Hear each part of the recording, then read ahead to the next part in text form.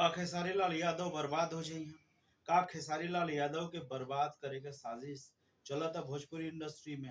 का खेसारी लाल यादव भोजपुरी इंडस्ट्री से गायब हो जाइए। इस सब बात के हम जवाब दें वीडियो के अंदर में। अगर चैनल पे नया नया बने तो चैनल को सब्सक्राइब कर ली और बेल आइकन को प्रेस कर ली यही तरह वीडियो देखे खातिर।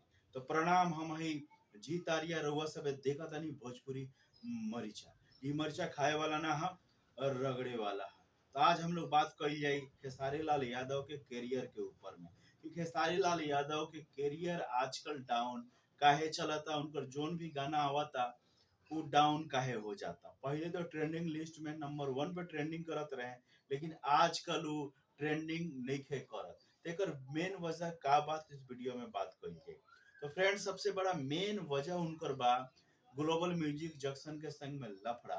वो जो एग्रीमेंट कैले रहन वो एग्रीमेंट के खामियाजा खेसारी लाल यादव अभियो भोगत तारन। काहे कि जब एग्रीमेंट वो कैले रहन तो हो सकता कि वो पढ़ के ना कैले हुई, हो सकता जो उनकर टीम में आदमी रहे वो पढ़ले हुई और खेसारी लाल यादव के फंसा दिले हुई।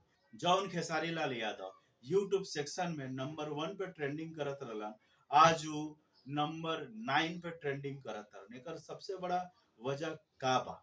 तो सबसे बड़ा वजह बनल बा ग्लोबल म्यूजिक जंक्शन के जोन विवाद, जोन रउआ सभे जाना तनी, जोन खेसारी लाल यादव के कैरियर के बर्बाद करे में एक अहम भूमिका निभावता। वो जोन भी गाना गावता उनकर गाना हिट होता तो होता कि ग्लोबल म्यूजिक जंक्शन स्ट्राइक मार के उनकर गाना के हटवा देता, डिलीट करवा देता। एकर खामियाजा खेसारी लाल यादव के भोगे के पड़ता। यही मेन कारण बा कि जोन स्टार नंबर 1 के कुर्सी पर है यूट्यूब सेक्शन में, आज नंबर 9 के कुर्सी पे बा। मतलब एक ही बार 9 नंबर पे पहुंच गई बा। इतना बड़का गिरावट। पवन सिंह अभी ट्रेंडिंग में खेसारी लाल यादव से ऊपर चलत बारन। तो रउआ सभे के दोसर वजह भी और कुछ लागता कमेंट्स करके बताई।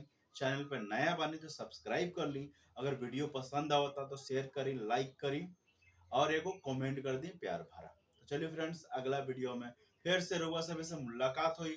तब तक अपन ध्यान रखी। जय भोजपुरी, जय हिंद।